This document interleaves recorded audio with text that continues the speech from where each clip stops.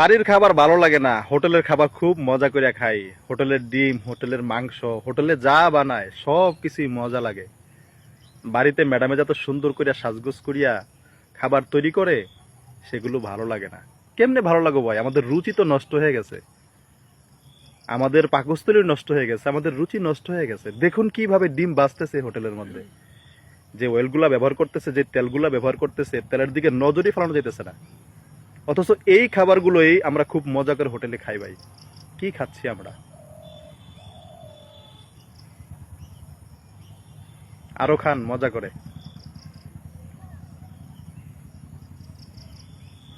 সতর্ক হন ভাই, সাবধান হন ভাই।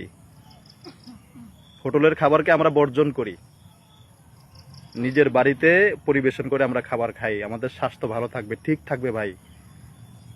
সতর্কতার জন্য ভিডিওটা সর্বোচ্চ পরিমাণে শেয়ার করে দিবেন।